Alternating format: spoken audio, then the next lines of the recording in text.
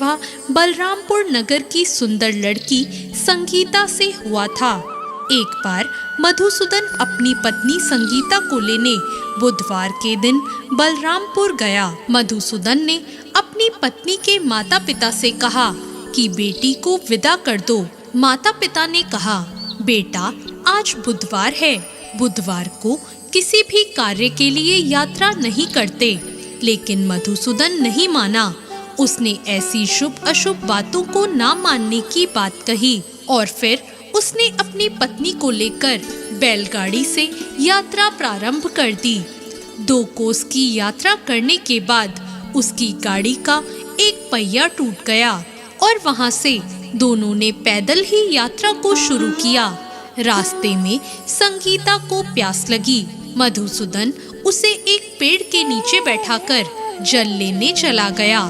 थोड़ी देर बाद जब मधुसूदन कहीं से जल लेकर वापस आया तो वो बहुत हैरान हो गया, क्योंकि उसकी पत्नी के पास उसकी ही शक्ल सूरत का एक दूसरा व्यक्ति बैठा था। संगीता भी मधुसूदन को देखकर हैरान रह गई और वह दोनों में कोई अंतर नहीं कर पाई। मधुसूदन ने उस व्यक्ति से कहा, तुम कौन हो और मेरी पत्नी के पास क्यों बैठे हो? मधुसूदन की बात सुनकर उस व्यक्ति ने कहा, अरे भाई, ये मेरी पत्नी संगीता है।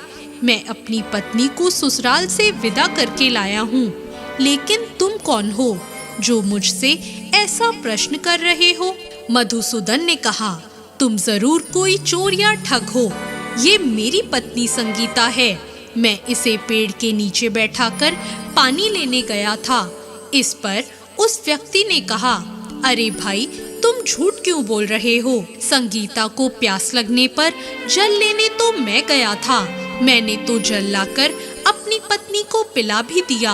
अब तुम चुपचाप यहाँ से चलते बनो, नहीं तो किसी सिपाही को बुलाकर तुम्हें पकड़वा दूंगा। दोनों एक दूसरे से लड़ने लगे। उन्हें लड़ता देखकर बहुत से लोग वहां इकट्ठे हो गए। नगर के कुछ सिपाही भी वहां आ गए। सिपाही उन दोनों को पकड़कर राजा के पास ले गए और उनकी सारी कहानी सुनकर राजा भी कोई निर्णय नहीं कर पाया। संगीता भी उन दोनों में से अपने वास्तविक पति को नहीं पहचान रही थी।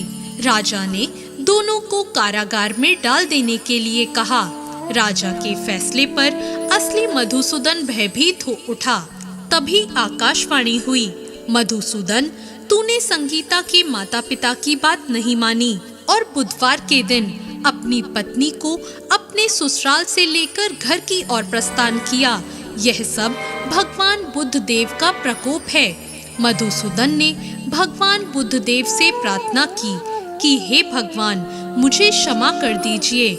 मुझसे बहुत बड़ी गलती हुई है। भविष्य में मैं कभी ऐसा नहीं करूँगा। मधुसूदन के प्रार्थना करने से भगवान बुद्ध देव ने उसे क्षमा कर दिया और तभी दूसरा व्यक्ति राजा के सामने से गायब हो गया। राजा और दूसरे लोग इस चमत्कार को देखकर हैरान रह गए। भगवान बुद्ध देव की इस अनुकंपा से राजा ने मधुसूदन और उसकी पत्नी को सम्मान पूर्वक विदा किया। दोनों समतापुर की ओर चल दिए। मधुसूदन और उसकी पत्नी दोनों बुधवार को व्रत करते हुए आनंद पूर्वक अपना जीवन बिताने लगे और इसी तरह भगवान बुद्ध देव की कृपा से उनके यहाँ खुशियाँ बरसने लगी। और इसी तरह जो भी विधिवत बुधवार का व्रत करके कथा सुनते हैं, भगवान बुद्ध देव उनके सभी कष्टों को दूर करते